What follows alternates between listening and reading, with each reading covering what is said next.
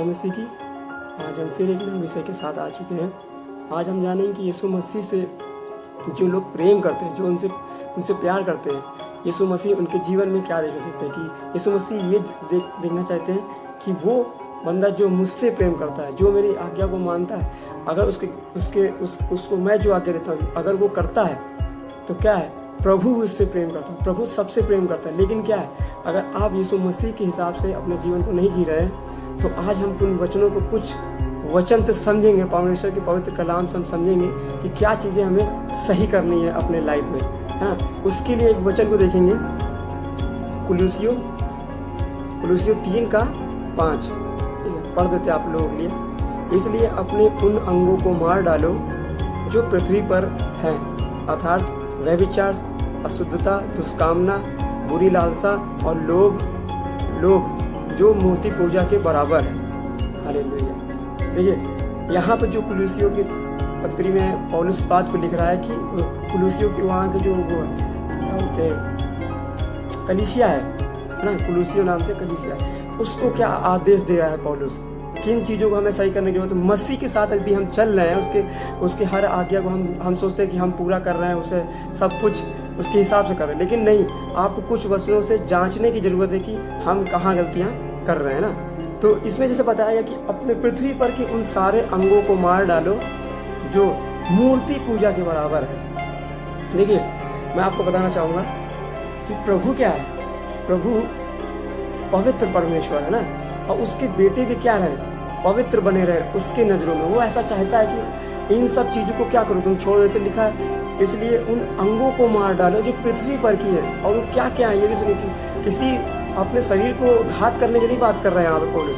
यहाँ पे किन चीज़ों की बात कर रहा है, व्यभिचार, अशुद्धता, दुष्कामना, बुरी लालसा, लोभ, ये सब जो मूर्ति पूजा के बराबर है, ये सब बातें हमारे जीवन से मतलब डेथ, मतलब मरना है इन सब चीज़ों में। मुझे जो व्यभिचार करते, जो अशुद्धता जिनके अंदर है, जिनके अंदर दुष्कामना के काम, लालसा है, पैसे के प्रति भूखे, ज़्यादा वो अट्रैक्ट होते हैं पैसों को देख करके, तो ऐसे लोगों को पौलुस क्या कह रहा है, इन अंगों को मार डालो, इन चीज़ों को छोड़ दो। मतलब जो आप थे अब वो आप मसीह यीशु में नहीं रहे, क्योंकि आपको क्या करना पड़ेगा, ये सब बातें छोड़ना पड़ेगा अगर मसीह यीशु के साथ चल रहे हैं। तो इन अंगों को क्या कह रहा पौलुस, व्यभिचार की बातें, दुष्कामना, ये सब चीज़ें हमारे अंदर नहीं होनी चाहिए। तभी हम क्या कर सकते हैं, सिद्ध हो सकते हैं और प्रभु की इच्छा पे चल सकते हैं। उसके आगे पढ़ा हुआ, इन्हीं के कारण परमेश्वर का प्रकोप आज्ञा ना मानने वाले में पड़ती है। हालेलुया।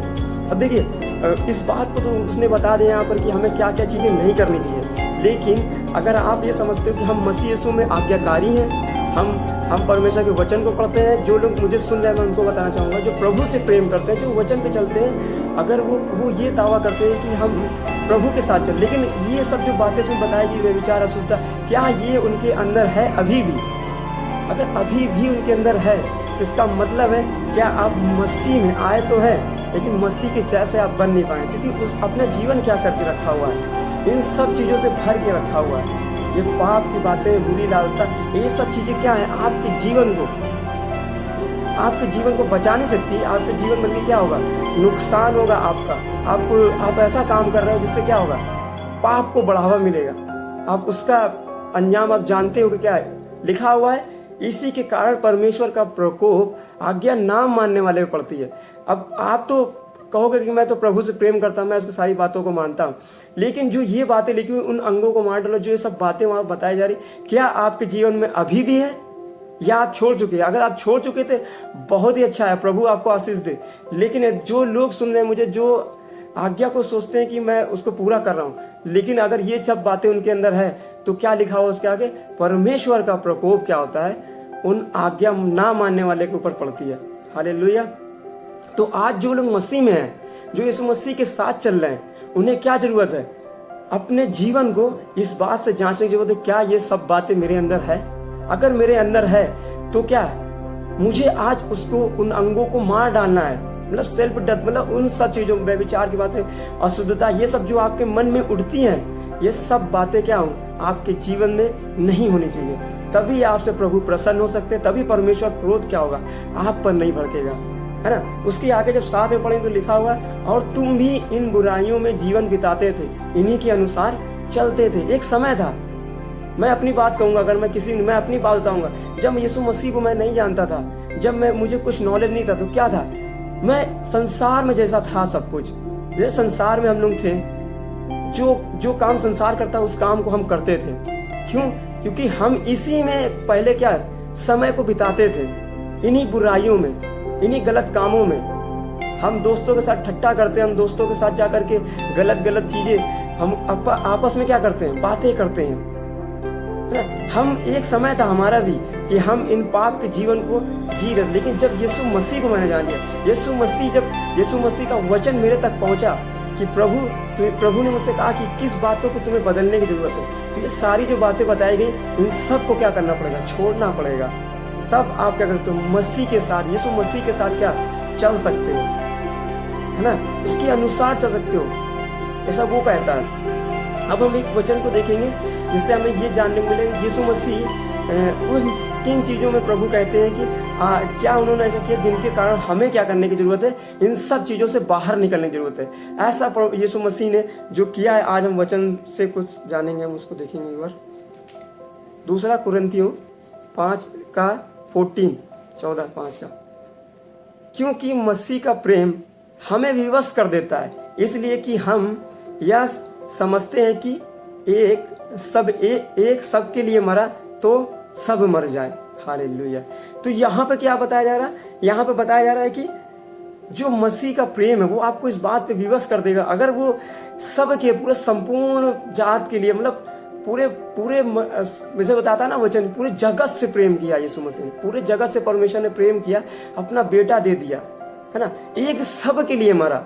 लेकिन अब उसके लिए क्या, सारी बातें हमें क्या करनी, सारी बातों में ये सब व्यभिचार, अशुद्धता, दुष्कामना, मूर्ति पूजा, ये सब बातें जो इसमें बताई जा रही है, ये सब चीजों में हमें क्या मरना पड़ेगा, सेल्फ डेथ में जाना पड़ेगा। तब हम क्या कर सकेंगे, प्रभु की वो इच्छा को हम पूरा कर सकते हैं। हालेलुया।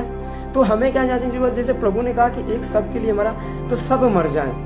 अगर आप अगर सब चीज़ों में आप ये इन दिनों में देख रहे हैं कि हम इन सब चीज़ों में हमारे अंदर नहीं है, अगर आपको अभी भी बॉलीवुड के सॉन्ग अच्छे लगते हैं, आपको दोस्तों यारों में समय बिताना ज़्यादा अच्छा लगता है, आपको बाइबल पढ़ना नहीं अच्छी लगती, आपको ये सब संसारिक चीज़ें करने की ज़्यादा मन करता है, इसका मतलब ये कि आप अभी मरे नहीं हैं मसीह यीशु में। आपको क्या जरूरत, सेल्फ डेथ में जब ये सारी बातें जो मेरे अंदर नहीं होंगी, तभी क्या हो सकता है, हम प्रभु की इच्छा पे चल सकते हैं, उसके वचन को हम पूरा कर सकते हैं। ऐसा उसका वचन कहता है कि एक सब के लिए मेरा तो सब मर जाए, उसके लिए।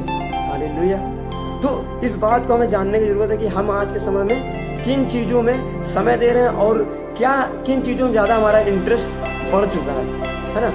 अगर ये चीज़ बातें हमारे अंदर है, अगर व्यभिचार हमारे अंदर है, अशुद्धता हमारे अंदर है, तो आज इन सब चीज़ों को आप इसी वक्त छोड़िए मसीह यीशु के नाम से।